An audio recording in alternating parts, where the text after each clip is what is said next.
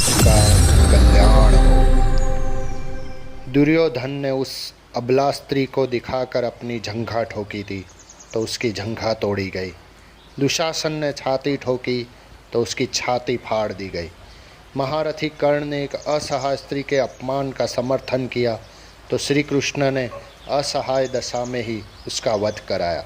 भीष्म ने यदि प्रतिज्ञा में बंधकर एक स्त्री के अपमान को देखने और सहन करने का पाप किया तो असंख्य तीरों में बिंधकर अपने पूरे कुल को एक एक कर मरते हुए भी देखा। भारत का कोई बुजुर्ग अपने सामने अपने बच्चों को मरते देखना नहीं चाहता, पर भीष्म अपने सामने 4 पीढ़ियों को मरते देखते रहे। जब तक सब देख नहीं लिया तब तक मर भी न सके, यही उनका दंड था।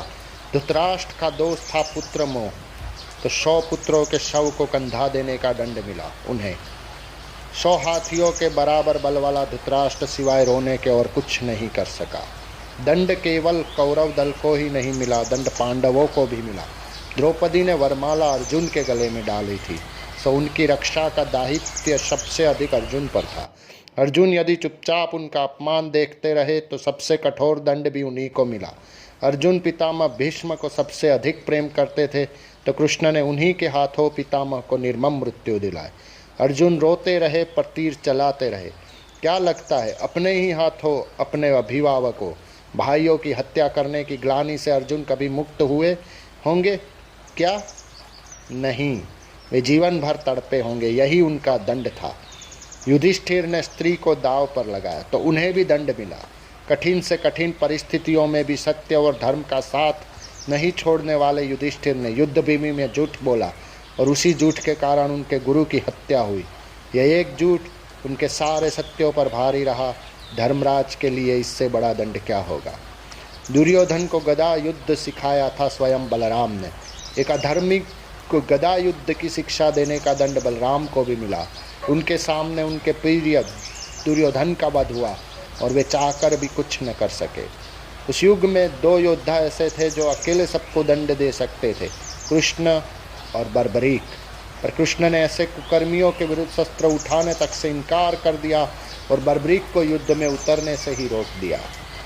लोग पूछते हैं कि बर्बरीक का वध क्यों हुआ। यदि बर्बरीक का वध नहीं हुआ होता तो द्रौपदी के अपराधियों को यथोचित दंड नहीं मिल पाता।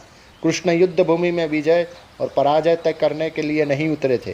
कृष्ण के यानी कि द्रौपदी के अपराधियों को दंड दिलाने उतरे थे। कुछ लोगों ने कर्ण का बड़ा महिमा मंडन किया है, पर सुनिए, कर्ण कितना भी बड़ा योद्धा क्यों ना हो रहा, कितना भी बड़ा दानी क्यों न रहा हो, एक स्त्री के वस्त्रहरण में सहयोग का पाप इतना बड़ा है कि उसके समक्ष सारे पुण्य छोटे पड़ जाएंगे।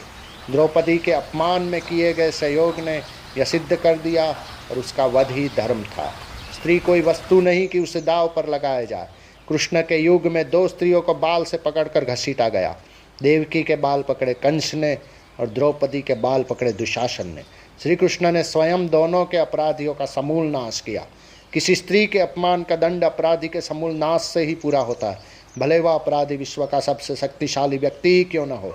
यदा यदा ही धर्मस्य ग्लानिर्भवति भारत अभ्युत्थान धर्मस्य तदात्मनं सुजाम्यं परित्राणाय साधूनां विनाशाय च दुष्कृतां धर्म संस्थापनार्थाय संभवामि युगे युगे। जय श्री राम।